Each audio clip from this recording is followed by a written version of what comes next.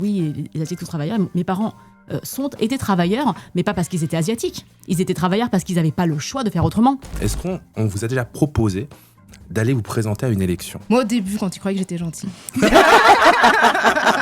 Les gens ont dit, évidemment, pour prendre son chèque à BFM, il faut qu'elle critique Mélenchon. Voilà. Et je me dis, le montant du chèque à BFM, c'est vraiment pas génial. C'est vraiment pas ça qui va... C'est pas ça qui te fait changer de crèmerie du tout. Mais sinon, j'aime beaucoup le mot pamplemousse. Pourquoi? Pamplemousse. C'est vrai que c'est doux. Ouais, c'est vrai. En fait, c'est de l'ASMR. C'est ça. Parce que moi, je suis d'origine asiatique. Les gens, en fait, sont étonnés quand j'ouvre la bouche. Les gens se demandent, mais madame, on n'a rien commandé, excusez-nous. Pardon? Vous travaillez ici, madame? J'ai défilé au palais de justice de Paris quand même. Ah oui, au palais de justice. Meilleur endroit. Je pensais qu'elle allait me dire genre au grand palais. Ouais, au palais de justice. Hey, c'est Rafale, en rafale, c'est mon projet le plus personnel. Carrément, il y a mon blast dans le titre. On s'est déjà vu, on s'est déjà entendu. Ça fait plus de 25 ans que je ride en presse, en radio, en festival, en télé. Et mon micro, je vous l'ai toujours tendu. Et là, on va aller encore plus loin avec En Rafale. C'est vous qui posez les questions, toutes les questions, aux personnalités les plus en vue. Aujourd'hui, on va recevoir 3 femmes puissantes. Rokhaya Diallo, elle est éditorialiste au Guardian, notamment réalisatrice de plusieurs documentaires, autrice de plusieurs livres et bandes dessinées, militante associative, connue pour ses passes d'armes brillantes à la télé en débat contre le racisme et pour l'égalité des droits. Elle a aussi fondé l'école Word, qui aide celles et ceux qu'on n'écoute pas à reprendre la parole sans demander la permission. Il y aura aussi Grasly, elle est militante antiraciste, elle aussi, elle avait fait se parler en 2017 des jeunes asio-descendants en toute liberté, dans les vidéos Ça reste entre nous. Elle est également autrice, après Jeune fille modèle en 2018, elle vient de sortir Les Nouveaux Territoires chez HarperCollins. Ensemble, elles ont lancé Kif Taras, le premier podcast dédié aux questions raciales. Et puis Nora Hamadi, c'est depuis 2025 la voix de la revue de presse de la première matinale radio de France, France Inter, une journaliste à la carrière exemplaire, de l'Express à iTélé, à Public Sénat, en passant par Arte et France Culture. Elle a été rédactrice en chef de la revue associative Fumigène. Son livre La Maison des Rêves, qui raconte la grande histoire des banlieues par la sienne, son enfance à Longjumeau, sorti cette année, est un succès. Toutes les 3 ont en commun de raconter, de montrer, de donner de la dignité à celles et ceux qu'on n'a pas toujours jugés dignes d'intérêt. Rokhaya Diallo, Grasly et Nora Hamadi répondent à toutes vos questions en rafale.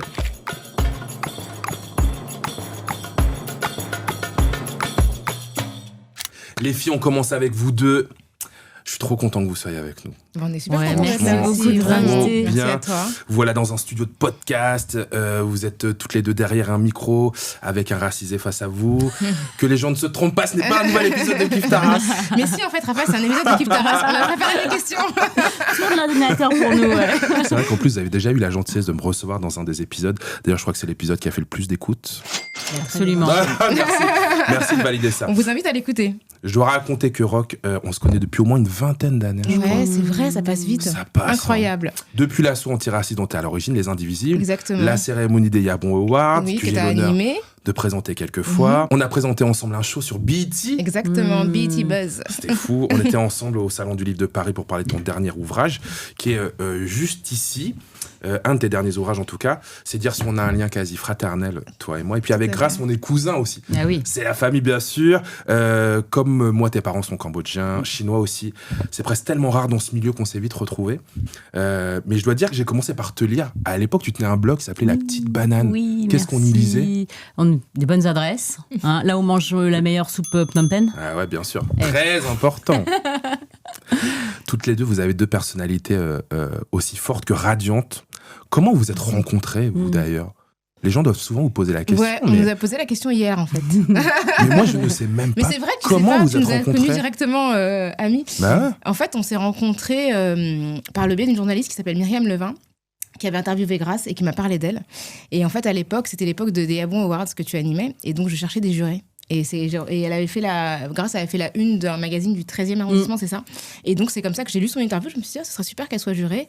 Et donc, je lui ai proposé et elle a accepté de faire partie de ce jury de la cérémonie que tu animais en 2015. La dernière cérémonie des Yabon Awards. Exactement, c'est la dernière. Mais de là à se dire, on se kiffe, on va prendre le micro ensemble, on va prendre la parole ensemble, il y a quand même un pas, quoi. C'est vrai. On a mis 3 ans. Ouais, entre 2015 et 2018. On a beaucoup discuté pendant ces années-là. Et puis, c'est venu après plusieurs conversations animées. Des bons restos recommandés par Grace. Les langues se sont déliées et puis on s'est dit, et si on rendait nos conversations publiques, et si on portait les voix qu'on a sur l'antiracisme. Moi, ça me faisait un bien fou de parler avec Rokhaya de façon privilégiée et privée de plein de choses que je vivais, et on s'est dit, ça serait super, quoi, en fait. En fait, vous avez juste rajouté un micro à vos conversations. Exactement, c'est exactement ça. C'est qu'on se rendait compte qu'on avait des expériences très similaires, en même temps différentes. Et en fait, on en riait énormément. Et on s'est dit, mais ce serait vraiment cool de pouvoir en parler publiquement parce qu'on avait envie de le partager, on avait envie aussi de le décrypter. Et c'est comme ça que l'idée est venue. Ouais. Et c'est devenu quelque chose. On ne pensait pas que ça prendrait cette tournure. Bon, en tout cas, ça cartonne. Combien d'épisodes en tout vous avez fait de Kif Taras ? 120 et quelques. 128 je sais déjà. plus. Ah ouais, plus la déclinaison sur scène. Oui, ça, c'est trop canon. Le spectacle Kif Taras, on a beaucoup aimé. Ouais. C'était deux dates à Paris et on aimerait bien continuer. Ouais. On va voir. Bon, bien sûr que ça va recommencer. Bon, le concept, il est assez différent aujourd'hui. Parce que c'est pas que moi qui va vous poser les questions. Ce sont aussi des gens qui vont poser des questions. Ils ont partagé pour vous des vocaux. Quelquefois, ils partagent un petit bout de leur vie aussi. Ils viennent de partout dans toute leur diversité, surtout celles et ceux à qui on donne pas vraiment la parole. Alors, ça va arriver en rafale comme ça. Est-ce qu'on écoute la première ? Allez, écoutons la première. Allez. Salut les filles, je m'appelle Sophie, j'habite à Bordeaux. J'avais une question. Je me demandais si vous aviez déjà eu un crush pour un personnage de fiction. Moi, quand j'étais plus jeune, clairement Dean Winchester dans Supernatural. Ok. Est-ce que vous avez déjà eu un crush pour un personnage de série, d'un film, d'une bande dessinée, d'un manga ? Évidemment. Pour qui nous prend-elle, Sophie, enfin, tu nous sous-estimes. Bon, Rock, alors, outing je sais pas. Enfin, c'était tout. Les dessins animés, c'était Nicky Larson. C'était. Bien sûr, Nicky Larson. Ouais, c'est ça. C'était. Je sais pas. Dans CNCA, c'était Shiryu. Shiryu, c'est ma passion. Ouais. Saint Seiya, chevalier du Zodiaque en France. Ouais, c'est ça. Shiryu, chevalier du dragon, magnifique. C'était l'intello du groupe. Ses longs cheveux noirs. Exactement. Il était aveugle une fois sur deux dans les épisodes. Chaque fois, il devait c'est fou. C'est ça, parce qu'il voulait pas voir la méduse qui le pétrifiait, donc il s'est crevé les yeux par esprit de sacrifice. Ok. En plus, t'es en vert comme lui aujourd'hui. Ce crush ne s'est jamais terminé, j'aime bien. Ongoing crush. Ouais, grâce ton intro, va. Oh, écoute, tellement, mais je pense que j'ai toujours adoré Bruce Lee. Bien sûr. Vrai, bien sûr. Très, très beau dans ses films. Alors, toujours. Pour le coup, c'est une vraie personne, Bruce Lee. Hein. Mais il a incarné tellement de films et c'est devenu un vrai personnage de la culture pop. Et puis un héros, en fait. C'est-à-dire que c'était lui qui allait rectifier, les injustices. Il était là, si t'avais un problème, tu pouvais appeler Bruce Lee. Ouais. Mais est-ce que c'est des vraies vidéos, ce qu'on voit sur les réseaux, tu sais, quand il rattrape des flèches ou quand j'ai vu ça, je me suis dit, mais est-ce que c'est de l'IA ou c'est vrai? Je sais pas, je sais pas si elle est tirée d'un film, je crois pas parce que j'ai. Ça veut dire rien dans un film, non. C'était des entraînements entre deux scènes.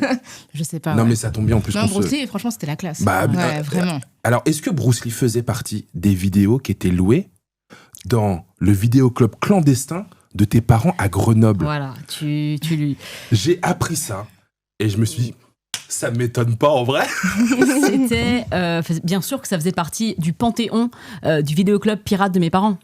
Non mais en fait ils avaient un magasin. Ouais. Ma mère avait un magasin, donc dans la vitrine il y avait des épées, tu sais les sabres, les gens qui achètent des sabres pour chez eux. Bien sûr, en déco. En déco, j'espère. Je sais pas ce qu'ils font avec leurs sabres. Peut-être que tes parents ont participé indirectement à une scène de violence et ils sont pas au courant. Des chats qui bougent la patte. Bien sûr, les chats porte-bonheur. Voilà, plein de choses, des éventails, des petites figurines.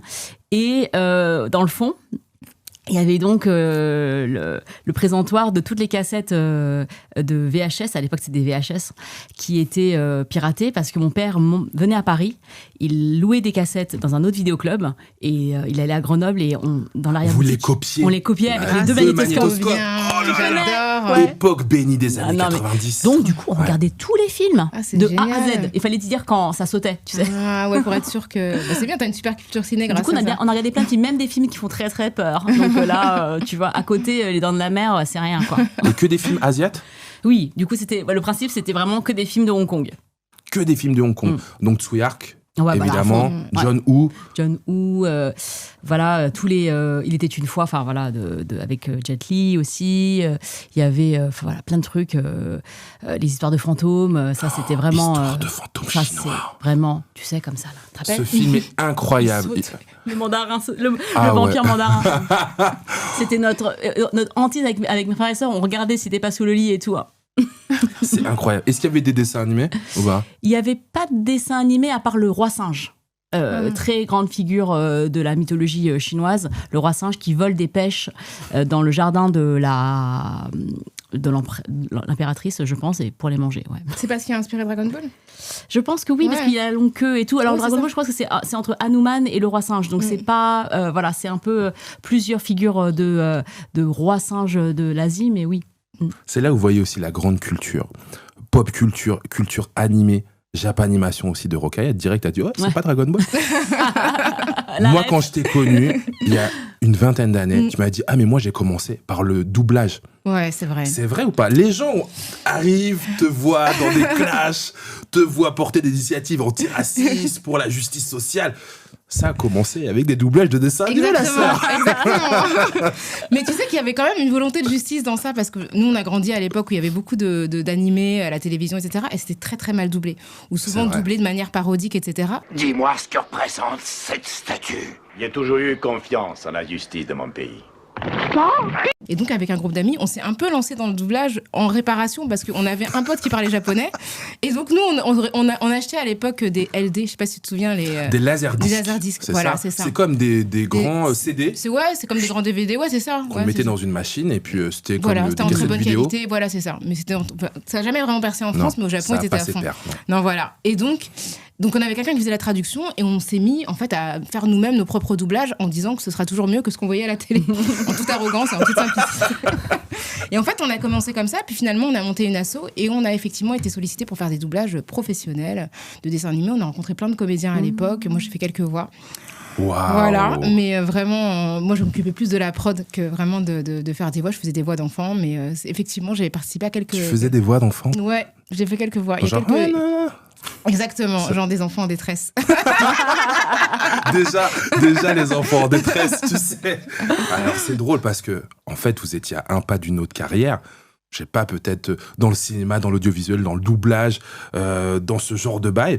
On va essayer de se rattraper grâce à un petit jeu qui pourrait lier toutes vos passions. Aussi bien la pop culture que la politique. Vous allez jouer toutes les deux. Je vous propose, là j'ai des personnages de la pop culture, d'animé, et vous allez me dire qui aurait pu le doubler. Je sais pas, un ou une politique. Waouh, ok, d'accord. Ok, vous avez capté le jeu? On a capté le jeu. Allez, c'est parti. On commence avec celui-ci. Nicolas Sarkozy. C'est Freezer dans Dragon Ball, un grand méchant. Skeletor dans Musclor. Eric Ciotti. En fait, moi, c'est les muscles qui me perturbent. J'aurais envie de dire, pour le côté Skeletor, j'aurais dit Eric Zemmour. Mais les muscles, ça va pas. Cruella d'enfer. Ah, j'aime bien Cruella, moi. Donc j'ai envie de dire, je l'aime bien. Ouais, j'aime beaucoup Cruella. Quelle femme politique on a? Peut-être Rachida Dati. En fait, non, parce que politiquement on n'aime pas, mais il y a un côté un peu personnage, un peu badass. Puis il y a le côté avec les arbres aussi. voilà. J'ai capté. J'ai Splinter. Non. Vous savez, c'est le patron des Tortues Ninja. Oui. C'est un sage. C'est une éminence grise. Ouais. Robert Badinter. Oh. Ah ouais. Buzz l'éclair. Buzz l'éclair. Ah, c'est le super-héros, lui. Ouais. Un peu bêta, mais... Je sais pas. Dominique de Villepin.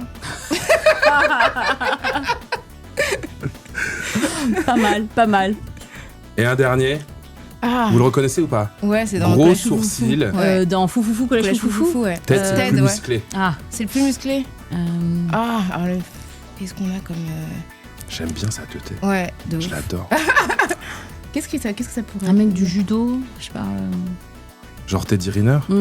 Ah ouais, pourquoi pas. Mais t'es pas très smart. Hein. Ah mince. Sorry, Teddy. J'ai entendu Teddy qui pourrait en plus candidater à la présidentielle. De la République, c'est vrai. Pas tout de suite, il dit... Peut-être que c'est lui Buzz l'éclair en fait. C'est peut-être lui Buzz l'éclair. Trop bien, trop drôle. Ouais, c'est trop marrant comme jeu. On poursuit avec une autre question à Rafale, les filles? Allez, Bonjour à tous, je suis Tommy Gousset, chef de 3 restaurants à Paris, dans le 7e, 5e et 13e. J'ai une étoile au guide Michelin. Je fais donc de la cuisine française, la gastronomie française, mais je suis aussi d'origine cambodgienne. Je sais que, pour ma part, moi, lorsque nos parents nous proposaient à manger, c'était aussi une façon de dire « je t'aime », une façon de s'exprimer, car nos parents asiatiques ne sont pas très expressifs. Donc voilà, je voulais savoir si ça avait changé aujourd'hui et avoir votre avis. Bon, ça vaut pour la communauté asiatique, donc grâce. Ouais. Mais peut-être que ça vaut aussi Faut qu'on aille manger de chez ton Tommy côté. Gousset, il est incroyable. Ah bah écoute, ça donne envie. Ça donne envie. J'en ai Ouais, entendu c'est parler, canon. mais j'ai pas eu Bien l'occasion sûr. de. Ouais. Tommy & Co, Hugo & Co, Marceau & Co. Et c'est un étoilé Michelin. Ouais. Quelle fierté de La le voir classe. derrière les fourneaux, je t'assure. Mais c'est cool qu'il me pose une question. Ouais, t'as vu Ouais, hein. merci à lui. Ouais.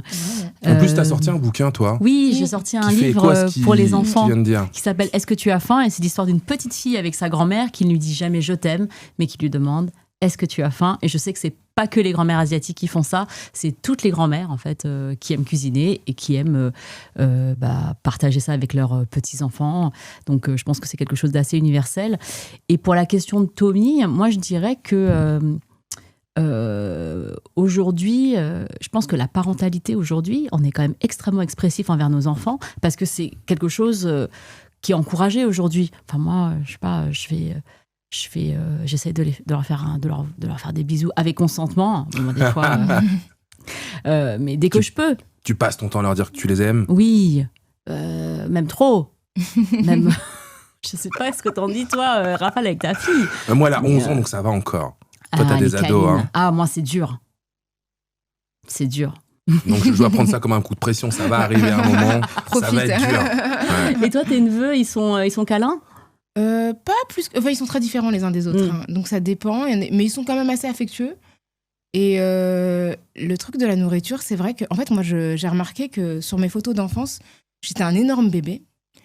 Jusqu'au moment où j'ai commencé à parler. C'est-à-dire que moi, comment tu dis ça. mais vraiment, si vous avez les photos, vous allez vraiment rigoler. J'étais vraiment un très très gros bébé et j'ai l'impression que c'est ma mère qui me nourrissait énormément parce que tu vois qu'à l'âge où j'ai commencé à parler, j'ai repris une forme qui correspondait à celle du reste de ma vie.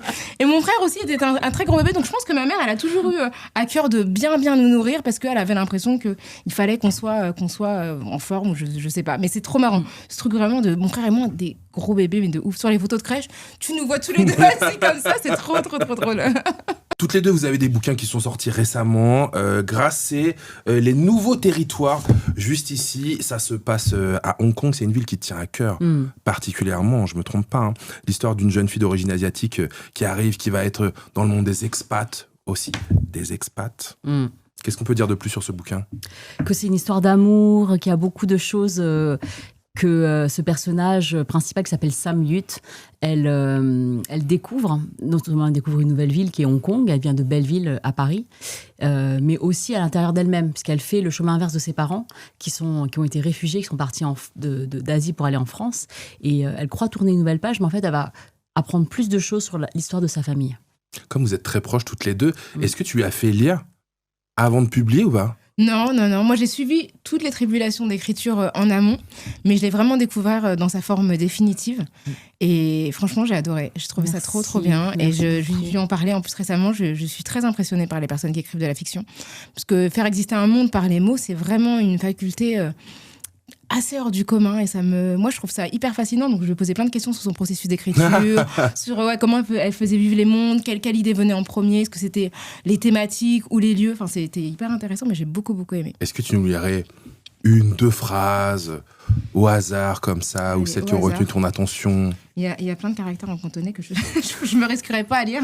Passe. Non, c'est vraiment chouette parce que c'est pareil, dans l'écriture... Elle a... Est-ce que tu veux me recommander un passage? Qu'est-ce que... Elles sont vraiment copines. Hein. Carrément, elles se recommandent des passages de façon très polie. Est-ce que tu lirais pas... Attends... Alors, la première chose que j'ai faite à Hong Kong a été d'aller au temple prier ma mère. La superstition est de famille chez nous. Pour repartir du bon pied, j'ai commencé par demander bonne fortune. Dans un temple taoïste de Kowloon, la partie continentale de la métropole, j'ai planté de l'encens devant les dieux et les déesses jusqu'à ce que tout mon être suinte le santal et le camphre. J'ai imploré ma mère de bénir mon nouveau départ. Quand j'étais petite, elle m'emmenait prier Guanyin, la déesse de la miséricorde. On apportait des fruits en offrande et on brûlait de faux billets pour que les ancêtres nagent dans l'opulence. On aime bien ça. Ouais, on adore. J'adore que Rokhaya Quel lise. Non, mais c'est trop touchant. C'est vraiment plus le fait d'adopter la première personne d'un personnage qui a été créé par Grace, c'est vraiment classe. Merci. Là, il y a un autre livre, le dictionnaire amoureux du féminisme, des grandes figures féministes auxquelles tu rends hommage, Rokhaya, souvent mal connues aussi. Hein. Oui, des personnages qui sont mal connus ou connus que pour un aspect de leur vie. Des femmes qui ont compté dans ma vie, qui m'ont impressionnée. Il y a Grace, d'ailleurs, comme personnage du dictionnaire amoureux, donc des femmes de ma génération aussi. Et puis après, il y a des concepts féministes, des univers, des personnages de fiction, des œuvres aussi littéraires ou artistiques. Voilà, c'est assez vaste. C'est ça l'avantage d'un dictionnaire amoureux, c'est que j'ai mis ce que je voulais. Si ce tu qui me devais, passait par la toi, tête. Grace, retenir une des entrées de ce dictionnaire, serait laquelle ? Moi, je sais exactement l'entrée à laquelle je pense pour Rokhaya Diallo. Je peux te montrer ? Ouais, s'il te plaît. Alors, ce qui est drôle, c'est que celui-là, c'est mon livre. Et c'est un livre que tu m'as dédicacé, mais on l'a fait ensemble au Salon du Livre, et il était destiné, en fait, à Emmanuel Macron. C'est trop Donc, il y a marrant. une dédicace de Rokhaya pour Emmanuel C'est trop Macron. drôle. Je ne l'ai pas encore envoyé, Manu, mais je vais le faire. Hein, Mais promis. Le féminisme mérite mieux que les grenelles. Alors, Qu'est-ce que tu as choisi, Grace ? j'ai choisi unapologétique. Ce mot anglais est difficilement traduisible en français. Il désigne le fait de ne pas avoir de complexe, d'assumer qui on est sans ressentir le besoin de s'excuser de certains traits de personnalité qui pourraient en déranger certains ou bousculer certaines normes. Être celle que l'on est en dépit des normes dominantes sans intention de s'en justifier. Arrogante, avec classe, c'est Rokhaya Diallo. Non, vraiment, Merci. je conseille ces deux bouquins, pas juste parce que c'est mes copines et que c'est la MIF, mais que vraiment vous allez apprendre plein de choses. Là, vous allez entrer dans un univers et aussi peut-être en filigrane retrouver des choses qui vous sont très familières. Et puis là, vous allez apprendre plein de choses et rencontrer surtout de très belles personnes. On continue Merci ce beaucoup, petit jeu Raphaël. des questions en rafale. Oui. Ouais. Allez, j'en ai une autre. Bonjour à tous, j'espère que vous allez bien. Je me présente, je m'appelle Pania Jordanian Chuon. Je suis d'origine cambodgienne, Hmong laotienne et je suis donc passionnée. Je travaille activement pour les arts de la scène, mais plus particulièrement pour préserver, sauvegarder, promouvoir les arts et cultures d'Asie du Sud-Est, notamment et principalement celle du Cambodge, du Laos et de l'ethnie Hmong. Je me suis permise de vous faire ce petit vocal car j'avais une question à vous poser qui porte sur la double culture. Je voudrais savoir si, pour chacune de vous, quelle est l'importance et comment est-ce que vous représentez votre double culture ? Également, qu'est-ce que cela signifie pour vous ? Merci, à très bientôt. Merci Pania, elle est chorégraphe via Bussy Saint-Georges, chorégraphe au sein de la compagnie HCX ASEAN France. Elle intervient aussi chez TEP Monorum France. Elle vous inspire cette question ? Ouais. Ouais, forcément. Je t'en prie. Hein. Eh bien, j'aimerais dire que pour moi, les cultures qui forment mon héritage et qui sont au cœur de ma vie quotidienne, je me sens un peu à l'étroit dans le mot double culture, parce que moi, je parle à la fois des langues du sud de l'Asie, donc comme le chinois cantonais, le chinois ou ce qu'on appelle le chinois mandarin, mais qui vraiment, ça veut dire la langue commune de la Chine. Déjà, je trouve qu'il y a beaucoup de cultures chinoises rien que dans ce mot-là. Et puis, je suis cambodgienne, donc ça fait déjà 3. Plus la question d'où je vis, c'est-à-dire la France, et une culture que je connais depuis que je suis toute petite, que je suis née ici. Donc, quand on dit double culture, en fait, ça fait penser à est-ce que tu préfères ta mère ou ton père ? C'est vraiment quelque chose d'assez déchirant. En fait, les gens me demandent est-ce que tu te sens plus chinoise ou plus française ? Comme s'il y avait une forme de binarité. Donc, je dirais que, en fait, les cultures qui m'animent, en fait, c'est comme un énorme réservoir, tu sais, d'expérience, de savoir, et dans lequel je pioche lorsque j'en ai besoin et lorsqu'elles m'inspirent, en fait, qu'elles me viennent naturellement. Et voilà, je trouve qu'on devrait trouver un autre mot pour remplacer ce terme, cette expression un peu réductrice et un peu galvaudée. Qu'est-ce qu'on pourrait imaginer ? C'est une bonne question. Je sais qu'il y a une notion, je sais pas si c'est vraiment une notion sur sociale ou de journalisme, mais qu'est-ce qui est celle du third culture kid, donc l'enfant de la troisième culture, c'est qu'en fait, quand on est né entre deux cultures, on crée sa propre culture, qui est une culture qui n'est pas tout à fait la culture des parents, mais pas non plus la culture dominante dans notre environnement. Et c'est vrai que c'est un peu ça, quoi. On n'a pas deux cultures qui sont juxtaposées, on a notre propre culture dans un contexte où on navigue entre les deux en permanence. Vrai. Et donc même la langue, en tout cas pour moi, ça s'inscrit par exemple dans mon prénom. C'est comme si j'avais deux prénoms en fait. Rokhaya, c'est la prononciation française d'un prénom qui ne se prononce pas du tout comme ça. Et du coup, c'est vrai qu'en fonction des contextes, je me présente différemment parce que il y a des gens qui sont capables de le prononcer dans sa version originale et d'autres qui l'appréhendent complètement différemment. Et je m'identifie aux deux, mais sauf que le prénom Rokhaya, en fait, il n'existe pas. C'est une création d'un contexte où les gens ne savent pas prononcer le ra. Tu vois, donc c'est en ça que je me dis que j'ai l'impression d'être dans une culture un peu parallèle où apparemment, je suis la première personne avec ce prénom née en France.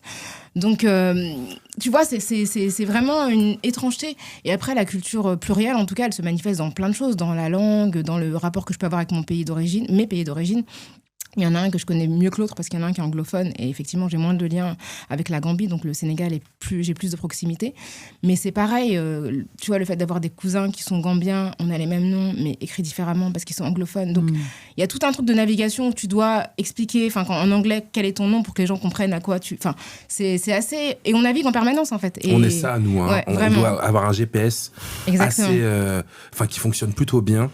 Pour pas se perdre. Hein. Exactement. Donc je trouve que c'est deux cultures, ou trois, mais qui finalement produisent beaucoup d'autres, des différentes, et qu'on transmet aussi différemment. Pour vous qui avez des enfants, c'est encore autre chose pour vos enfants. Ils ont un héritage, mais qui est matiné de votre expérience de la France. C'est une distance avec les grands-parents, c'est complètement autre chose, quoi. On va pas continuer avec une autre invitée qui nous a rejoint.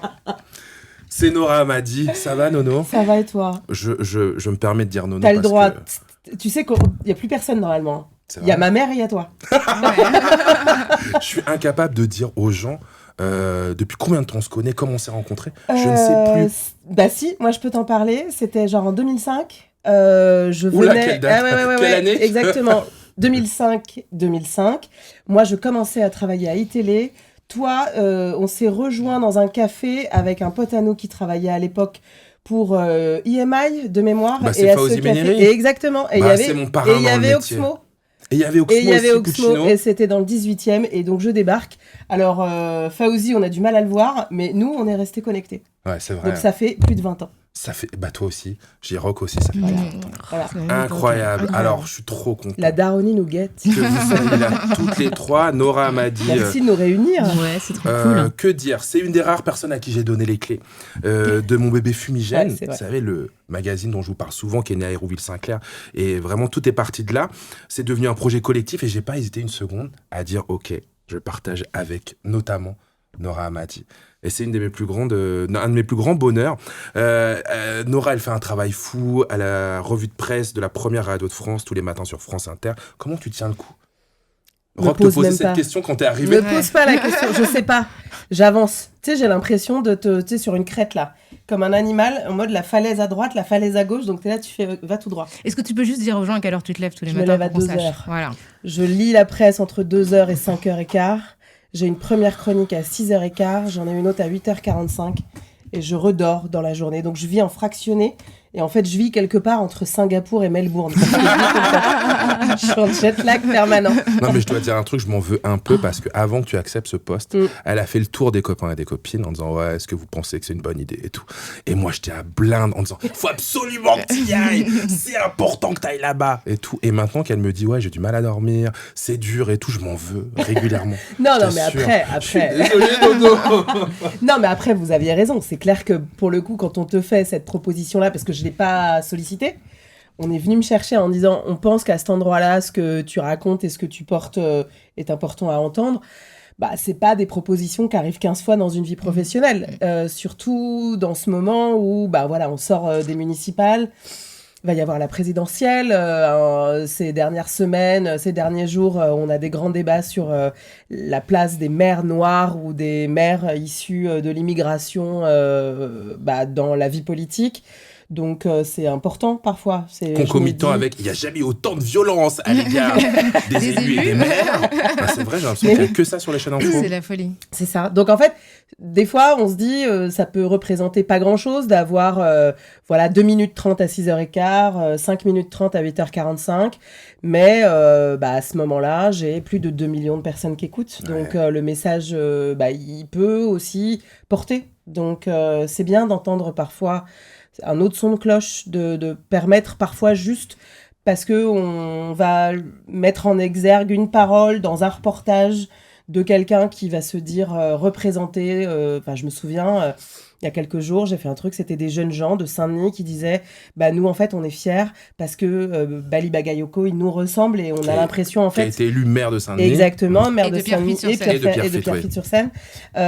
Donc, il y a quelque chose, en fait, à entendre et je me dis, ça peut paraître anodin, anecdotique, mais je pense que dans le moment qu'on traverse, rien ne l'est. Donc, en vrai, t'as bien fait de me pousser, même si je devrais t'envoyer un message tous les jours à 2h du matin, te réveiller.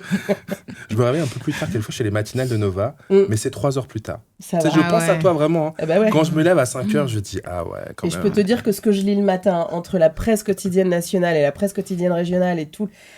L'actualité est pas drôle, vraiment. Donc des fois aussi t'es là et tu te dis comment on fait nous pour traverser, pour continuer à créer du lien, pour essayer de créer du commun, alors que tout est fait pour diviser, pour fracturer. T'as de la violence à tous les étages. Je parle même pas des violences faites aux femmes. Je me souviens il y a quelques jours, j'ai fait quelque chose autour de la mort de Loana qui est absolument terrible et qui est révélatrice finalement d'un système qui broie. Et puis star le même de jour, télé-réalité, Loana Petrucciani. Si on doit effectivement rappeler ça. Et de manière concomitante, il y avait la découverte de ces 2 femmes tuées par leurs compagnons et ex-maris au Portugal, enterrés. Et donc, il y a quelque chose aussi d'une forme de résonance dans l'actualité qui est important parfois, tu vois, juste de faire Google Earth, de dézoomer en disant on va essayer de créer du lien et de raconter dans quel monde on vit, quoi. Et c'est ce que vous avez en commun toutes les 3, et je le disais au début de l'émission, c'est pour ça que j'ai eu à cœur de vous réunir, parce que vous êtes des GPS dans cette époque, pour donner une direction plutôt cool.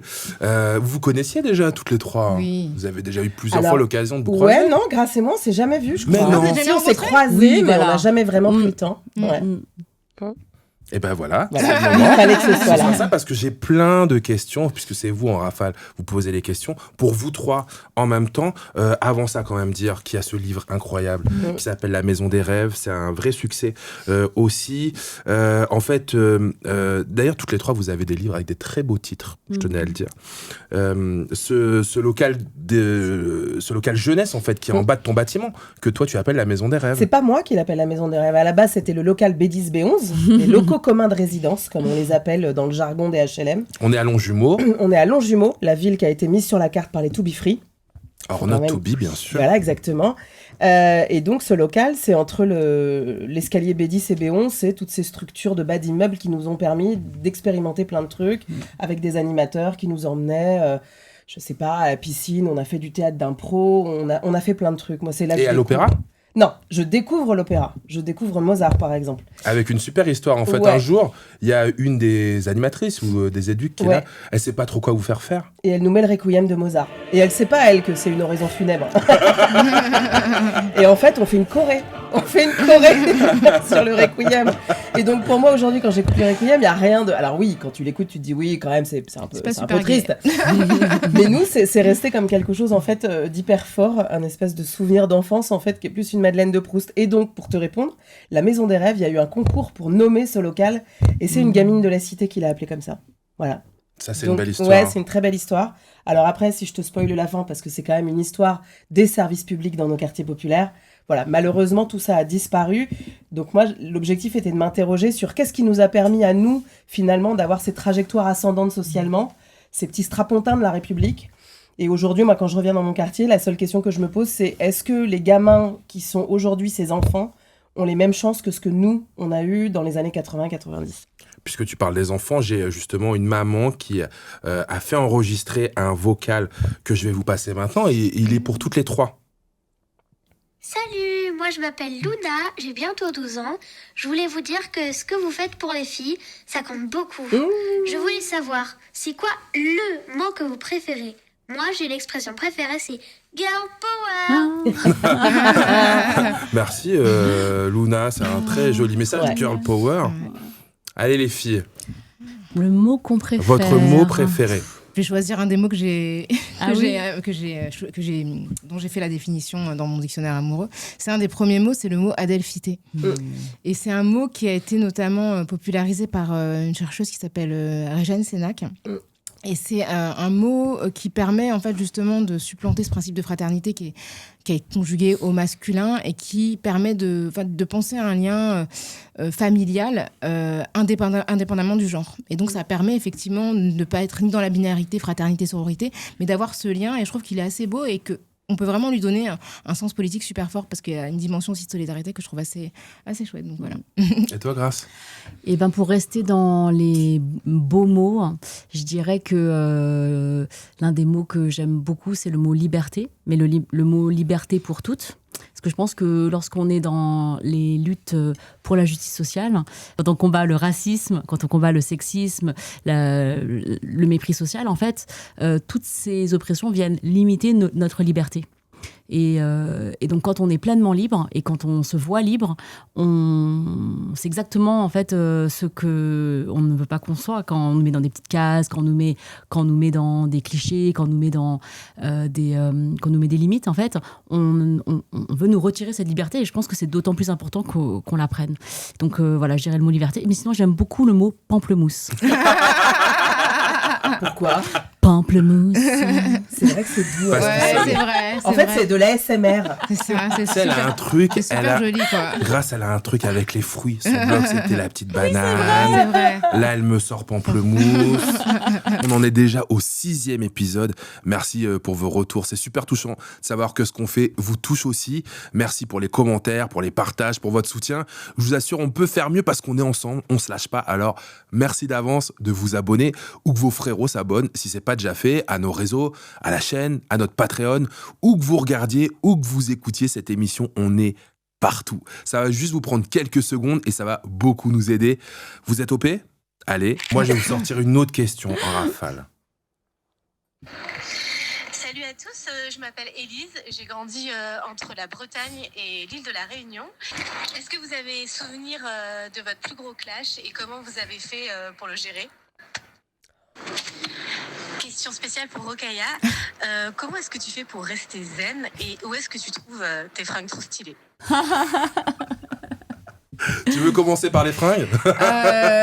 Alors, aujourd'hui... Merci Élise déjà. Merci beaucoup, vraiment merci beaucoup. Alors aujourd'hui, on est dans une... C'est une créatrice qui s'appelle Diel Nubia et en fait, c'est elle elle customise des vêtements. Donc il est super beau. Enfin, on ne voit pas le dos, mais vraiment la veste est super belle. Et elle fait aussi des petites broches comme ça.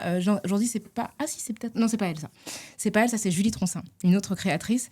Et je vais un peu à droite, à gauche. J'ai la chance aussi de rencontrer pas mal de créateurs, de créatrices qui me font confiance. Donc voilà, je les trouve un peu partout. Ouais. Mais ouais, vraiment. Qu'est-ce qu'elle en fait des Fashion Week maintenant, celle-ci ?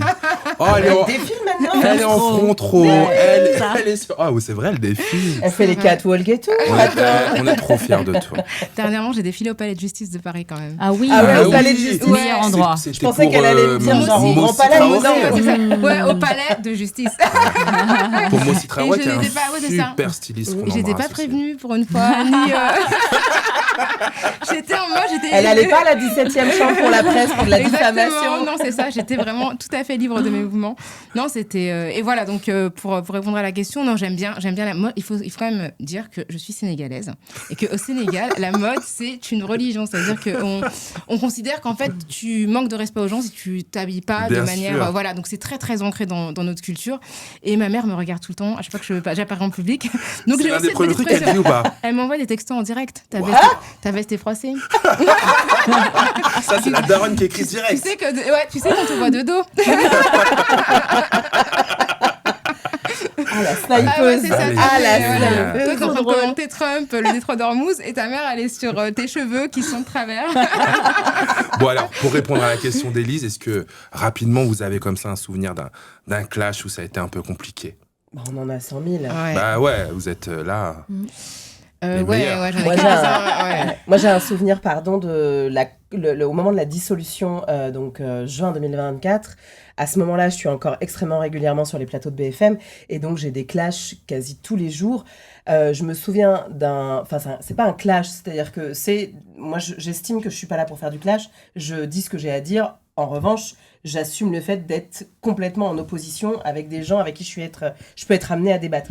Et je me souviens d'un représentant du Rassemblement national qui, à ce moment-là, leur grande idée, c'était d'interdire les binationaux dans l'audiovisuel public. Et en fait, il déroule ses arguments en me regardant de manière extrêmement frontale, les yeux dans les yeux, avec ce petit sourire narquois en mode « mais c'est à vous que je m'adresse ». Quelle horreur. Donc c'est extrêmement violent. Et c'est là que c'est très drôle, parce que, Rokhaya, je pense que tu seras d'accord, c'est-à-dire que ce soit toi, en tant que femme noire, moi, en tant que femme issue de l'immigration maghrébine, de surcroît banlieusarde, on n'a pas le privilège de la colère. Moi, si je monte dans les tours, je suis catégorisée racaille direct. On n'a pas le privilège de la colère. Non, on n'a pas le privilège de la colère. Donc en fait, là c'est drôle parce que j'ai accepté de participer à l'émission d'Alain Finkielkraut sur France Culture en débat avec Alexandre Devecchio. Je t'ai écouté, t'étais très bien. T'étais très très bien. Et du coup, alors Alexandre Devecchio, pour ceux et celles qui ne le connaissent pas, il est éditorialiste au Figaro Magazine. Il a grandi, il a une vie de petit blanc, je reprends ces termes, à Épinay-sur-Seine. Et donc l'idée était de mettre en débat nos deux livres. Évidemment que ça a été extrêmement aride. Mais les retours que j'ai, c'est... T'as été d'un calme, t'as été remarquable de joyeuseté, de bonne humeur, de machin. Et je suis là, genre, mais en fait, j'ai pas d'autre choix. Sinon, moi, mon propos est inaudible. Vu d'où je parle, c'est juste pas possible. Mais c'est ce qu'on dit de vous trois, justement, c'est de garder cette zénitude. Alors, pour ce qui me concerne, je le prends plus comme un jeu. C'est-à-dire que je suis pas quelqu'un de calme ou de patient dans la vraie vie. Dans la vraie vie. Zéro patience. Dans la vie, ça peut se finir en claque, tu vois. Donc, c'est pas du tout la même attitude. Mais dans le débat, c'est un peu comme dans la boxe, tu vois. C'est que tu es dans un exercice où tu confrontes à quelqu'un, et finalement, garder ton calme, ça fait partie aussi de la stratégie de combat. Et du coup, j'arrive beaucoup plus à garder mon calme dans ces moments-là, parce que c'est comme un atout. Et je sais qu'en plus, les gens, quand ils s'en prennent à toi, que t'es hyper calme, ça les rend ouf. Vraiment, ça les tend de dingue. Et moi, j'adore, en fait, tu vois, leur montrer une attitude très posée, ou sourire, etc. Et de voir à quel point, en fait, ils n'arrivent pas du tout à me toucher à l'endroit où ils espèrent me toucher. Et je pense que c'est aussi sain, quand on y arrive, parce qu'évidemment, je pense que la colère, dans ces cas-là, est complètement légitime, mais je trouve que c'est sain de ne pas leur laisser accéder à nos émotions. Je trouve que c'est vraiment, pour le coup, j'essaie vraiment de me protéger de ça. Et dans ces espaces-là, je suis vraiment une autre personne. C'est-à-dire que ce genre de discussion, je ne pourrais pas les endurer une seconde dans un contexte où je ne serais pas en situation professionnelle. Ce ne serait vraiment pas possible. Toi, Grace, ça a aussi eu des discussions animées. En fait, moi, c'est différent parce que je ne souffre pas de même stéréotype négatif de la femme en colère, puisque moi, je suis d'origine asiatique. Les gens, en fait, sont étonnés quand j'ouvre la bouche. Les gens se demandent, mais madame, on n'a rien commandé, excusez-nous. Pardon ? Vous travaillez ici, madame ? J'aimerais acheter des nouilles. Hein. Voilà. Donc, moi, c'est pas vraiment ça mon problème. C'est vraiment les gens sont étonnés qu'en fait, on puisse s'exprimer, quoi. Donc, des fois, Rokhaya m'envoie des captures d'écran sur WhatsApp. Et elle me dit, regarde, il dit encore, les Asiatiques, alors vous les Noirs, vous devriez prendre exemple sur les Asiatiques, au moins eux, ils se plaignent pas. Elle me dit, tu te rends compte ? Mais donc les gens attendent toujours, en fait, une forme de docilité extrême, de se dire, voilà, et si tu ne colles pas à ce stéréotype, tu es une mauvaise Asiatique, tu es une mauvaise Chinoise, tu es une mauvaise, voilà. Donc c'est vraiment quelque chose d'assez, c'est fou comme le racisme qu'on subit va modeler, en fait, la perception que les gens ont de nous, alors que nous portons des propos qui sont sensiblement similaires, de progressisme social. En fait, on ne nous attend pas du tout au même endroit. Donc moi, c'est plutôt ce plan-là. Et comment tu vis, pardon, je prends ta place 2 secondes parce que ça me donne... mais comment tu vis... je partage tout avec Nora. Ouais, le fait qu'il y ait une forme de mise en concurrence aussi entre les vagues d'immigration. Pour lire typiquement le Figaro, il y a eu une vague en fait d'enquête en disant vraiment les Asiatiques, c'est l'immigration qu'on veut, ils sont calmes, ils sont des bons résultats à l'école. Ils sont super bons à l'école, ils investissent sur leurs enfants. Il y a une forme aussi de républicanisme incarné, ils prennent les bons prénoms aussi, accessoirement, contrairement à toi qui a un prénom qui n'est pas lisible en français. Comment toi tu le vis ça? Parce que c'est quand même d'être érigé comme ça en forme d'exemple de l'immigration qu'on veut. Alors ça, on l'a tous les ans au Nouvel An chinois ou Nouvel An lunaire dans les discours publics. C'est vraiment, vous êtes la bonne immigration, on aimerait que tout le monde soit comme vous. Et donc on sent vraiment l'instrumentalisation politique de ces discours-là. C'est-à-dire que c'est un discours de dressage de personnes, en fait. C'est un discours qui vient dire « voilà comment on vous aime », c'est-à-dire absolument silencieux, invisible. D'ailleurs, on appelle les personnes asiatiques la minorité invisible. C'est pas parce qu'on nous voit pas, c'est parce qu'on ne veut pas nous voir. Mais quand on va dans ce sens de la docilité, en fait, c'est vraiment un cliché qui est attaché aux personnes asiatiques depuis le péril jaune, en fait, depuis des théories racialistes du 19e siècle. On les aime comme ça. Et donc, on nous utilise comme étalon par rapport pour mesurer les autres immigrations, en fait. Et c'est pas qu'en France. C'est aussi dans d'autres pays du Nord global, comme les États-Unis, comme l'Angleterre, comme le Canada. Enfin, c'est des discours qui sont vraiment très répandus. Et donc, il faut savoir... Enfin, moi, en tout cas, j'ai très longtemps... en fait, manger cette part du gâteau en me disant c'est super, en fait, on nous aime bien, quoi demander de plus, en fait. Et parce que aussi, j'avais l'impression que mes parents étaient très travailleurs. On me disait, oui, les Asiatiques sont travailleurs. Mes parents étaient travailleurs, mais pas parce qu'ils étaient asiatiques. Ils étaient travailleurs parce qu'ils n'avaient pas le choix de faire autrement. Et donc après, quand j'ai ouvert les yeux et j'ai regardé autour de moi, j'ai vu d'autres parents qui travaillaient très dur, pas parce que ils étaient asiatiques, mais parce que c'était une condition sociale, en fait. C'est la situation d'exil qui crée ça, quoi. Absolument. Et donc, en fait, quand donc moi, j'ai mis du temps à ne pas me laisser avoir par ce discours-là. Et je pense que c'est important qu'on ne se laisse pas gober tout cru par ces narratifs qui veulent de nous qu'on soit absolument... qu'on aille dans le sens du poil. Et c'est vraiment divisé pour mieux régner. Exactement. Et à l'aube de ce que tu dis, les municipales, les présidentielles et d'autres échéances qui vont être pas que électorales, mais vraiment de vie, de société, je pense qu'on doit plus que jamais se dire que les petites cases dans lesquelles ils nous mettent, c'est pas ça qu'on veut. J'ai une autre question en rafale que je vais vous proposer tout de suite. Bonjour, moi c'est Inès, j'ai 21 ans et je vis à Paris. J'avais une petite question à vous poser. Pendant les municipales, on a vu un racisme vraiment décomplexé dans certains médias. Est-ce qu'aujourd'hui vous avez l'impression que c'est devenu normal dans l'espace public? Et est-ce que finalement la solution c'est pas de voter pour vous? Manquerait plus qu'on crée notre propre parti, ça va encore plus éclater. C'est incroyable. Est-ce que déjà, je ne le sais pas, est-ce qu'on vous a déjà proposé d'aller vous présenter à une élection? Tout le temps. Ouais. Moi, au début, quand tu croyais que j'étais gentille. C'est vrai? Ouais, au tout début, on m'a proposé vraiment des trucs gagnables. Très jeune, en fait. Dès que je commençais à apparaître dans l'espace public, je pense que je cochais pas mal de cases. Une femme, noire, ça faisait les enjeux de parité, de représentation. Et effectivement, c'est le moment où le Parti socialiste allait revenir au pouvoir. Ils avaient besoin aussi de montrer une certaine image et de montrer qu'ils étaient en prise avec la réalité française, quoi. Donc j'ai décliné à l'époque. Et puis là, ces dernières années... C'est un regret ou pas? Non, pas du tout. Ah ouais. Non, aucunement. Franchement, moi, j'avais la crainte d'être un peu l'instrument. Ouais.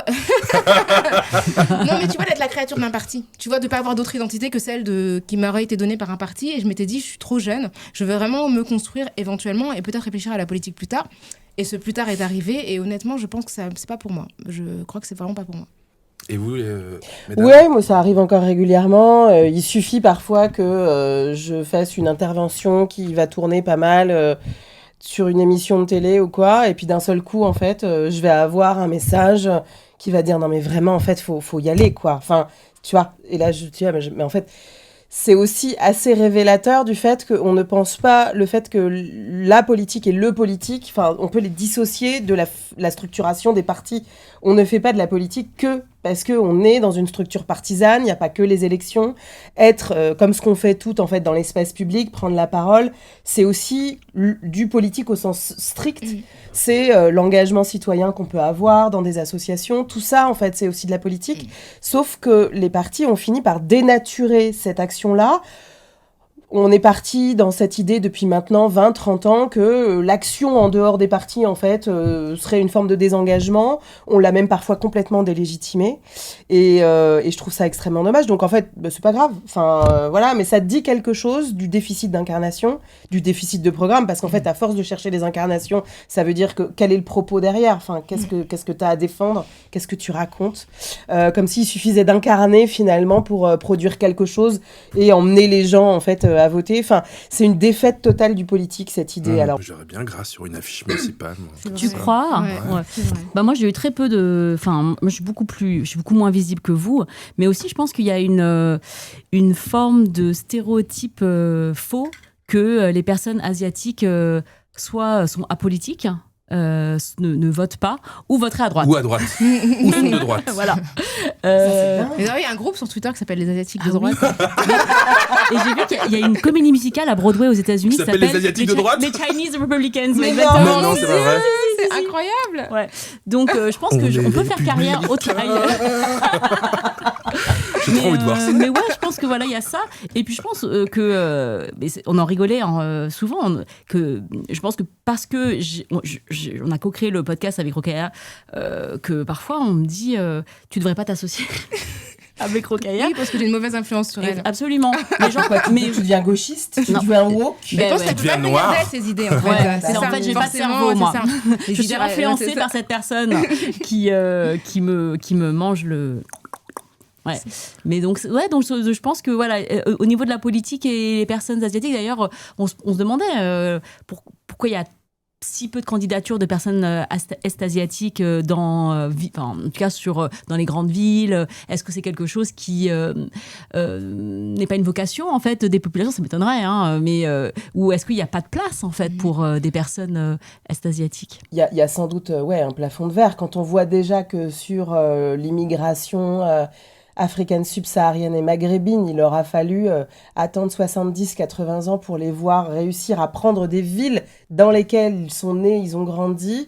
On voit bien que il y a un plafond de verre quand même qui est extrêmement important. Après, ce qui est aussi intéressant, c'est la manière dont on assigne aussi des identités en fait à un camp politique, quoi. C'est les banlieusards en fait seraient systématiquement de gauche, quand les asiatiques libéraux parce qu'ils sont tous entrepreneurs forcément en fait seraient de droite.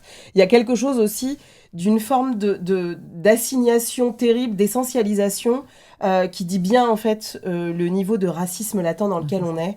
Et ça, c'est absolument monstrueux, quoi. Mais y compris dans des camps de personnes qui peuvent être proches. Tu vois, dernièrement, je me suis des pris alliés, une vague de cyberharcèlement parce que j'ai critiqué Jean-Luc Mélenchon. Mais en fait, les gens, mais moi, je suis pas de LFI, en fait. Non. Moi, c'est pas mon gourou, le gars. Et en fait, ils oublient que, non, mais tu vois, ils oublient que je fais mon taf et que je peux aussi avoir une position critique. Mais tout à coup, ça a été lu comme une forme de trahison. Et les gens ont dit, évidemment, pour prendre son chèque à BFM, il faut qu'elle critique Mélenchon. Et je me dis, tu connais le montant du chèque à BFM, c'est vraiment pas ça qui va. C'est pas ça qui te fait changer de connerie du tout. C'est vraiment pas assez. Mais ça, c'est donc terrible, mais c'est vrai en fait comme les gens attendent de toi que tu sois l'instrument d'un camp, alors qu'en fait j'ai un libre arbitre, comme tu le dis, une liberté de penser. Et effectivement, il m'arrive de critiquer des gens de gauche. Et ce qui est génial, c'est que je t'entendais justement dans une matinale de France Culture dire que t'étais très gênée par le concept de Nouvelle France de Jean-Luc Mélenchon.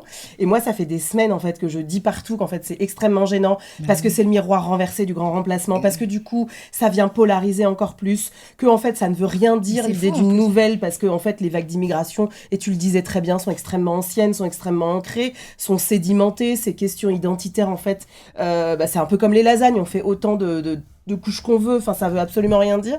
Et donc ce positionnement-là, en fait, c'est clair que c'est le truc le pire, parce que tu es coupable de trahison ultime. Exactement. Comme si finalement on t'a signé à un endroit où il fallait coûte que tu deviennes, mais y compris d'ailleurs quand t'es sur le plateau de BFM. Moi, le nombre de fois où on m'a demandé de faire l'exégèse en fait de Jean-Luc Mélenchon, je fais mais je suis pas son perroquet. C'est clair. Et puis, mais ça dit quelque chose de cette assignation-là. Et donc, je pense que finalement, tu vas s'engager en politique. Ça voudrait dire aussi alimenter ces formes d'assignation. Et donc, ce serait peut-être pas nous rendre service d'une part, Exactement. et rendre service aux nôtres, parce que cette idée d'être électron libre et d'être à des endroits en fait où on peut pas te cataloguer, où on peut pas vraiment t'assigner, je trouve que pour le débat public c'est aussi plutôt sain. On s'est fait plein de copains dans cette émission. Ouais, Voilà, il y a plein de trolls LFI en commentaire. Et voilà. Vous parliez de Nouvelle-France, vous parliez de grands remplacements. Justement, à la précédente émission, j'ai reçu le chef de bande des grands remplaçants sur Radio Nova qui s'appelle Jamil Le Schlag. On l'aime. Il ne savait pas que vous viendriez à cette émission. Il a donc posé une question à un ou une future invitée sans savoir qui serait derrière les micros. D'accord. Voici sa question. Est-ce que cette personne pratique le jeûne intermittent? Voilà.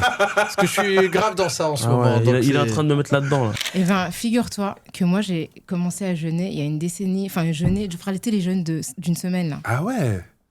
C'est tellement hardcore. C'est tellement... Non, mais Bah c'est oui. tellement... C'est dur, mais en même temps, c'est une redécouverte de ton propre corps qui est complètement dingue. C'est-à-dire que tu passes une semaine en jeûne total, avec des randonnées, voilà, jeûne et randonnée. Je fais ça avec une Jeûne copine. et Tu fais randonnée.